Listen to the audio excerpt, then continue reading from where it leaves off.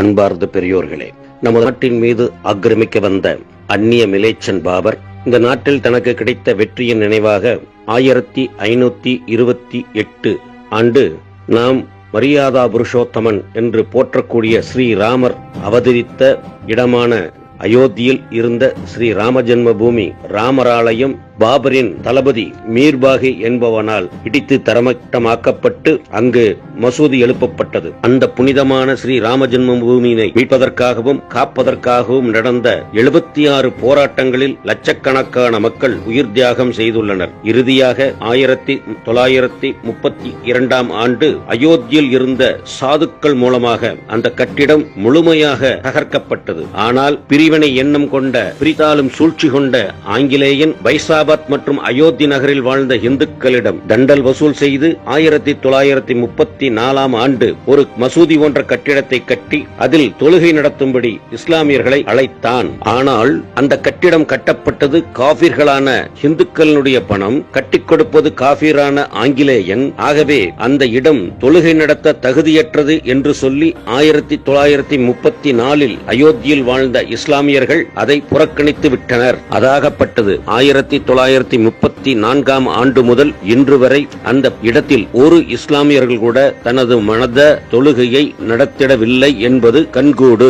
பாரதம் சுதந்திரம் பெற்ற பிறகு 1949 அந்த பிரச்சனைக்குரிய கட்டிடத்திற்குள் ஸ்ரீ ராம் லாலா என்கின்ற குழந்தை ராமர் அவருடைய விக்கிரகம் பிரதிஷ்டையானது. அன்று முதல் 1949 முதல் இன்று வரை அந்த இடத்தில் தொடர்ந்து ராமருக்கு வழிபாடு நடைபெற்று வருகிறது. அதைத் தொடர்ந்து அந்த உத்தரப்பிரதேச மக்களுடைய இந்துக்களுடைய பிரச்சனையாக இருந்த ஸ்ரீ ராம ஜென்ம பூமியினுடைய பிரச்சனை 1983 விஸ்வ ஹிந்து பரிஷத் கையில் எடுத்து அதற்கான இயக்கங்களை துவக்கியது. 1983 முதல் 1984 வரை உத்தரப்பிரதேசம் மற்றும் பீகார் போன்ற பகுதிகளில் ஸ்ரீ ராம ஜானகி ரத யாத்திரையின் மூலமாக மக்கள் மத்தியில் இந்துக்களுடைய நியாயமான உணர்வுகளையும் கோரிக்கைகளையும் ஸ்ரீ ராம ஜென்ம பூமியினுடைய வரலாற்றை பற்றியும் ஒரு விழிப்புணர்வினை உருவாக்கி வந்தது. 1986 ஆண்டு பைசாபாத் நீதிமன்றம் இந்து சமுதாய மக்கள் ஸ்ரீ ராம லாலாவிற்கு உள்ளே சென்று அந்த கட்டிடத்தின் உள்ளே சென்று வழிபட அனுமதி வழங்கி தனது தீர்ப்பினை வழங்கியது. அந்த பிரச்சனைக்குரிய கட்டிடமாக இருந்தாலும் அதற்குள் ஸ்ரீ ராம் லாலா பிரதிஷ்டை செய்யப்பட்டிருக்கிறார். நீதிமன்றம் நியமனம் செய்த பூஜாரி பூஜை செய்து கொண்டிருக்கிறார்கள். இந்துக்கள் தொடர்ந்து உள்ளே சென்று வழிபாடு செய்து கொண்டிருக்கிறார்கள். அப்படிப்பட்ட இடத்தை புனர் நிர்மாணம் செய்ய வேண்டும் என்பதற்காக நாடு முழுக்க விழிப்புணர்வை உண்டாக்குவதற்காக 2.25 லட்சம் கிராமங்களிலே ஸ்ரீராம் என்கின்ற மந்திரம் பொதித்த செங்கல் பூஜை நடைபெற்று அது ரத யாத்திரை மூலமாக அயோத்திக்கு அனுப்பப்பட்டு 1989 ஆண்டு நவம்பர் 9 அதற்கான பூமி பூஜை போடப்பட்டது. பூமி பூஜை முடிந்து அடுத்தபடியாக கட்டிட வேலை ஆரம்பிக்க வேண்டும் என்பதற்காக 1990 அக்டோபர் 30 கரசேவை என்கின்ற பணியினை துவக்குவதற்காக விஸ்வ ஹிந்து பரிஷத் முயற்சி செய்கின்ற பொழுது அங்கே இருந்த முலாயம் சிங் அரசு அதை தடுத்து மிகப்பெரியதொரு போராட்டத்தை உருவாக்கியது. அதன் விளைவாக கரசேவை நடந்து அயோத்தி அந்த பிரச்சனைக்குரிய கட்டடத்தின் மீது காவிக்கொடி ஏற்றப்பட்ட பிறகு முலாயம் சிங் அரசு துப்பாக்கி சுடு நடத்த ஆரம்பித்தது. துப்பாக்கி சுடு நடத்த ஆரம்பித்தவுடன் முதல் களப்பலியாக கல்கத்தா நகரைச் சேர்ந்த ராம்குமார் கோத்தாரி, சரத்குமார் கோத்தாரி என்ற சகோதரர்கள் முதல் களப்பலியாக ஆனார்கள். அவர்கள் RSS இயக்கத்தினுடைய சுயம் சேவகர்கள் என்பது குறிப்பிடத்தக்கது.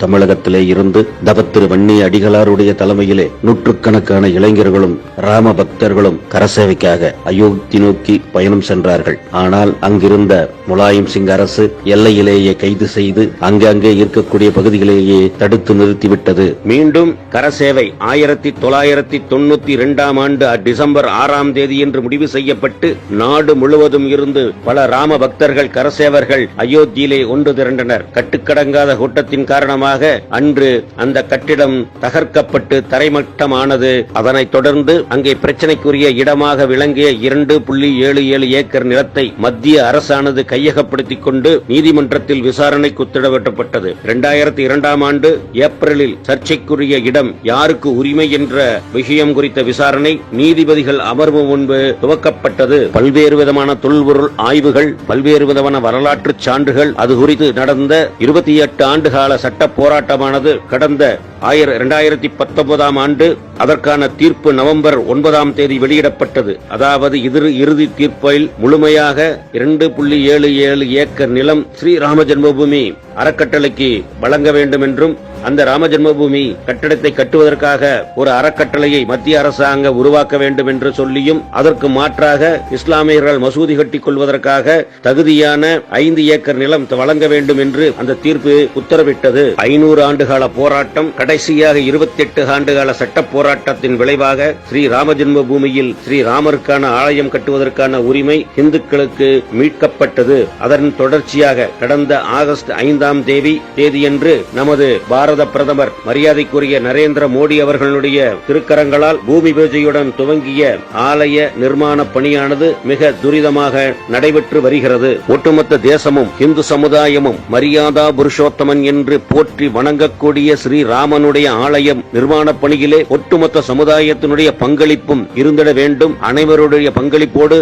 இந்த ஆலயமானது வரலாற்று சிறப்புமிக்க ஆலயமானது அந்த கட்டிடம் உயர்ந்து நிற்க வேண்டும் என்று ஸ்ரீ ராம ஜென்மபூமி ஆலயத்திற்கான அறக்கட்டளை விரும்புகிறது. எவ்வாறு கன்னியாகுமரி முனையிலே இருக்கக்கூடிய ஸ்ரீ பாதபாறை என்கின்ற அந்த இடத்திலே சுவாமி விவேகானந்தருடைய நூற்றாண்டினை முன்னிட்டு ஒரு நினைவு சின்னம் அற்புதமாக, வரலாற்று நினைவு சின்னம் அற்புதமாக உருவாக்கப்பட்டுள்ளதோ அதே போன்று இங்கும் உருவாக்கப்பட வேண்டும். சுவாமி விவேகானந்தரின் நினைவு சின்னத்திற்காக அனைத்து மக்களும் தலா ₹1 என்று தன்னுடைய பங்களிப்பை அளித்தார்கள். அதனை கொண்டு அங்கு சுவாமி விவேகானந்தருடைய நினைவு சின்னம் ஸ்ரீ பாதபாறையிலே கன்னியாகுமரி முனையிலே உருவாக்கப்பட்டு இன்றும் அந்த பகுதியினுடைய அடையாள சின்னமாக விளங்கி வருகிறது. அதேபோல ஒட்டுமொத்த இந்து சமுதாயத்தினுடைய வரலாற்று நினைவு சின்னமாகவும் இந்து தர்மத்தினுடைய எழுச்சியினுடைய சின்னமாக விளங்க இருக்கக்கூடிய ஸ்ரீ ராம ஜென்மபூமி ஆலயமானது அயோத்தியிலே வரலாற்று சின்னமாக திகழ வேண்டும் என்று சொன்னால் மிக பிரம்மாண்டமான முறையிலே கிட்டத்தட்ட 60 ஏக்கர் நிலப்பரப்பிலே அவ்வாலயம் 3 அடுக்குகளாக உருவாக இருக்கிறது. அப்படிப்பட்ட ஒரு வரலாற்று சிறப்புமிக்க உன்னதமான அந்த நினைவு சின்னத்திலே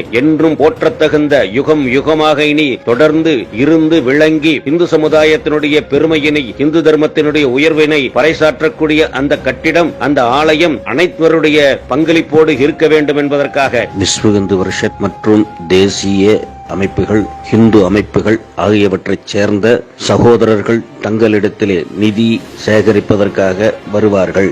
அந்த சகோதரர்களிடத்திலே உங்களுடைய குடும்பத்தின் சார்பாக நல்லதொரு நிதி பங்களிப்பினை அளித்து அந்த வரலாற்று சிறப்புமிக்க அயோத்தி ஸ்ரீ ராம ஜென்ம பூமி ஆலயத்திற்கு தங்களுடைய பங்களிப்பும் இருக்க வேண்டும் என்று விரும்புகின்றோம். அதற்கான வேண்டுகோளை வைக்கின்றோம். எதிர்காலத்தில் நமது சந்ததிகள் அனைவரும் அயோத்திக்கு செல்கின்ற பொழுது என்னுடைய முன்னோர் இந்த ஆலயம் உருவாவதற்காக தங்களுடைய பங்களிப்பையும் அளித்திருக்கிறார்கள். என்னுடைய முன்னோர்களுடைய பங்களிப்பால் தான் இவ்வளவு உன்னதமான ஆலயம் உயர்ந்து நிற்கிறது என்ற பெருமிதத்தோடு, உரிமையோடு அந்த இடத்திற்குள் செல்லக்கூடிய வகையிலே நம்முடைய பங்களிப்பு இருக்க வேண்டும் என்று கேட்டுக்கொள்கிறோம். வணக்கம்.